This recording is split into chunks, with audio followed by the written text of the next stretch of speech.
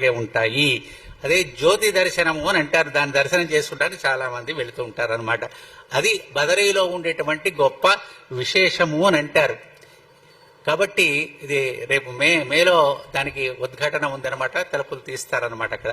కాబట్టి ఇది నరనారాయణులకు నివాస స్థానమైనటువంటి క్షేత్రం. దాని చివరి గ్రామం అనేది ఉంటుంది మానా అనేటువంటిది. ఆ మానా దగ్గరే రేపు సరస్వతి నదికి పుష్కరాలు ఉంటాయి. సరస్వతి నది పుట్టింది అక్కడి నుంచే. పాండవులంతా కూడా స్వర్గారోహణ చేసినటువంటి ప్రదేశం అని చెప్పి అక్కడ పెద్దలు చెప్తూ ఉంటారు. ఆ దగ్గరలోనే పక్కనే వ్యాసగృహ అనేటువంటి గృహ ఉన్నది. అక్కడే వ్యాసుల వారు భారతాన్నంతా కూడా రాసినట్టుగా మనకు అక్కడ అవన్నీ కూడా కనిపిస్తూ ఉంటాయి అన్నమాట. ఎవరైనా బదరీ వెళ్ళి ఉంటారు, చాలా మంది వెళ్ళే ఉంటారు. కాబట్టి ఆ విశేషాలన్నీ కూడా మీకు తెలిసే ఉంటాయి. కానీ ఒకసారి వింటే చూసినటువంటి భావన, ప్రేరణ మనకు కలుగుతుంది. కాబట్టి మన ప్రాంతం వాళ్ళంతా కూడా తీర్థయాత్రాభిలాషులు.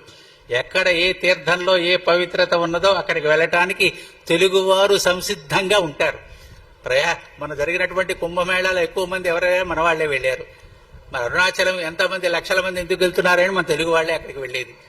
తెలుగే ఎక్కువ, తమిళ ప్రాంతమైనా తెలుగు ఎక్కువ మాట్లాడుతూ ఉంటారు. శ్రీరంగం కానివ్వండి, తిరుపతి కానివ్వండి, ఏ దివ్య క్షేత్రానికి వెళ్ళినా ఎక్కడికి వెళ్ళినా మన వాళ్లే ఉంటారన్నమాట. ఎందుకని అంటే తీర్థయాత్రల పట్ల అభిలాష కలిగినటువంటి వారు మనవారు. అంటే అర్థం ఆధ్యాత్మికమైనటువంటి ప్రవృత్తి, శాంతి, కాముకత్వంతో, భగవత్ ప్రీతితో విశ్వాసం కలిగినటువంటి వారంతా కూడా మన ప్రాంతం వారిని సగర్వంగా మనం చెప్పుకోవచ్చు. అందుట్లో అనుమానం విషమంతా లేనే లేదు.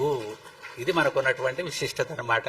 కాబట్టి ఇది శ్రీమన్నారాయణుడికి నివాస స్థానమైనటువంటిదయా అని చెప్పి ఇంద్రుల వారు చెప్పారు.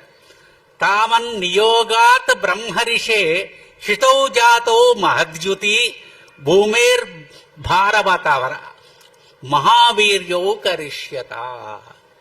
బ్రహ్మర్షి మహాతేజస్ సంపన్నులైనటువంటి నరనారాయణులు నా ప్రార్థన చేత భూలోకానికి జన్మించారయా. ఆయన ఎందుకు అవతరించారో తెలుసునా?